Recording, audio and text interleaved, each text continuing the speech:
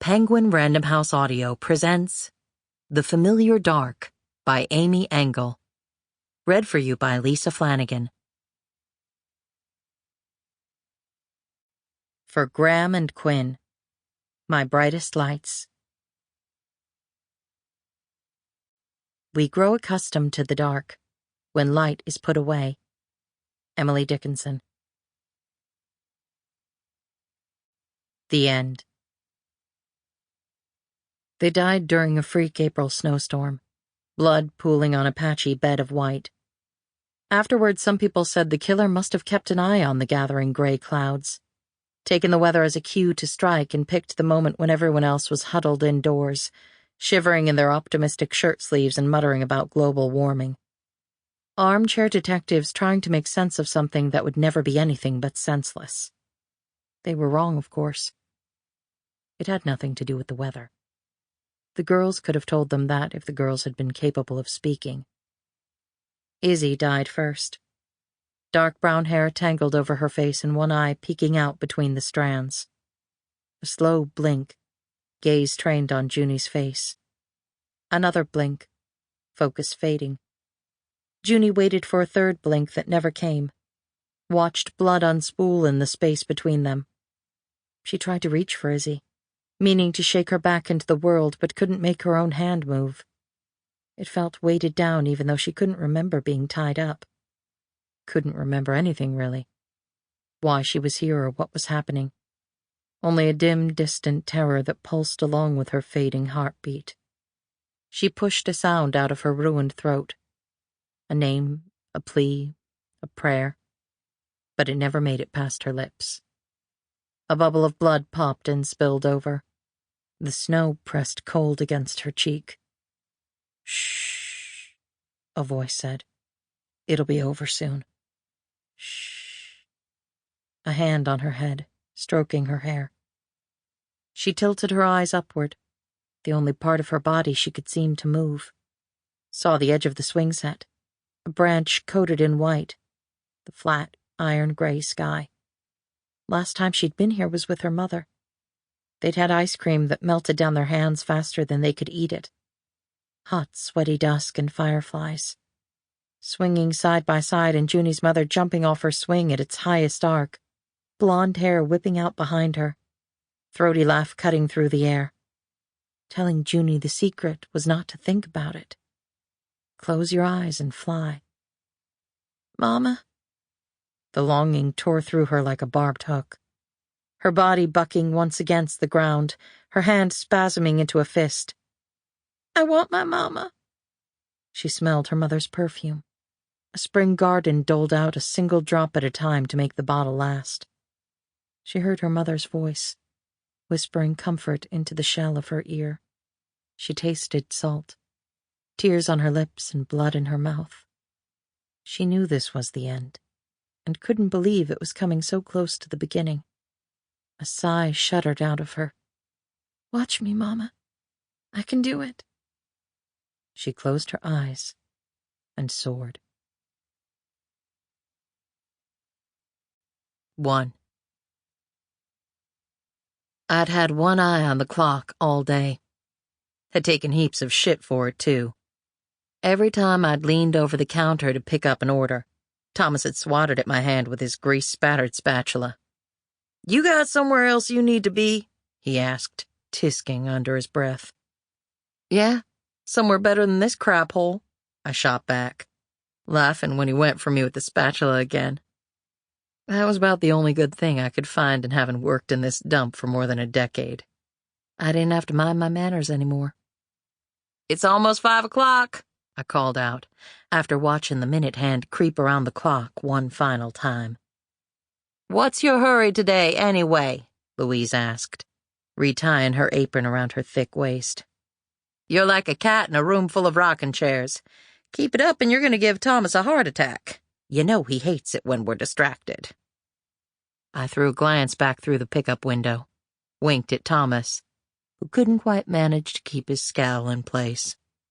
"I don't know," I admitted. "Antsy, I guess." Maybe it was the strange, unexpected weather. Yesterday had been a buddin' whispery green. the air scented with wildflowers.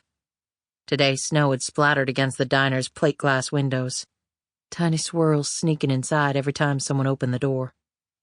But now the sun was starting to peek out from behind the cloud cover, just in time for it to set. Already rivulets of melting snow were forming on the edges of the parking lot. By morning, it would be spring again. But that was Missouri for you. Like the old-timers always said, if you don't like the weather, wait 5 minutes. Could have been those sirens, Thomas offered. Damn things about drove me insane earlier. Louise nodded, motioned for me to pass her the half-empty ketchup bottle so she could get to refilling them. Must have been a heap of accidents. Heard there was a bunch of activity over by the old playground. Nobody around here can drive worth a good goddamn. Thomas snorted his agreement from the kitchen, and Louise turned to glance at him. When's the last time we had snow in April? Seemed like it's been ages. Right before Junie was born, I said without hesitation. 13 years. I remembered how big I'd been, ankles swollen to the point I couldn't shove my feet into snow boots, and had to navigate the drifts in my worn tennis shoes. Oh, Lord, that's right, Louise said. She finished filling a ketchup bottle and slid it back down my direction. You have big Saturday night plans? She did a sideways shimmy. Maybe a little dancing, a little drinking, a little something. I promised Junie I'd be home early and we'd have pizza and watch a movie. I haven't seen her since yesterday. I didn't need to see Louise's eye roll to know how pathetic she found my version of an exciting Saturday night. She'd already told me enough times that youth was wasted on me. 30 going on 50 was one of her favorite commentaries on my non-existent social life. When mine were that age, I'd have been happy if someone had taken them away for a week at a time. Little smartasses. Louise shook her head. Where's she been, anyway? She stayed over with Izzy Logan. I kept my gaze on the swath of counter I was wiping. I ignored the pinch in the base of my skull. Those two are thick as thieves, Louise said, and I didn't miss the slight note of disbelief in her voice. I was used to it by now. Understood that girls like Junie and girls like Izzy didn't usually run in the same crowd. Especially not in this town, which might as well have a neon strip painted down the middle. Poor white trash on this side. Do not cross. Didn't seem to matter that 90% of the town was stranded on the wrong side. The invisible line wasn't budging based on majority rule, at least not when it came to mixing with Jenny Logan's family. When I was in junior high, out searching the roadside ditches for cans I could recycle, I used to see Jenny tooling around in her little white convertible. She left for college when I was a sophomore in high school, and I'd assumed she was gone for good. But she'd returned 2 years later with half a degree she'd never used, and a college boy groomed to take over her dad's boat dealership. They weren't anything special by city standards, but around here, the Logans were practically royalty. It didn't take much. A decent job and a house that wasn't movable usually did the trick. Yep, I said. I hated how everyone acted like I ought to be grateful that Izzy liked my daughter, that Izzy's parents welcomed Junie into their home. No one ever asked me what I thought. Probably would have been surprised to discover that I wasn't grateful at all, that I would have put a stop to the friendship a long time ago if I could have figured out a way to do it without breaking my daughter's heart. I resented the phone calls from Jenny arranging get-togethers, always assuming, even after constant reminders to the contrary, that my schedule was endlessly flexible. I looked away from the perfunctory waves Izzy's father Zach gave from the front porch when I pulled up in my ancient Honda, the back window jury-rigged out of cardboard and duct tape. I kept waiting and wishing for the first bloom of friendship to fade, for some stupid drama to tear the girls apart. But it had been years now, and so far the bond they had was made of stronger stuff. And I didn't like that either. Hated thinking about what it might mean. I dropped the rag on the counter and pressed my hands into my lower back. I was too young to feel like such shit at the end of the day. My legs aching and spine a dull throb.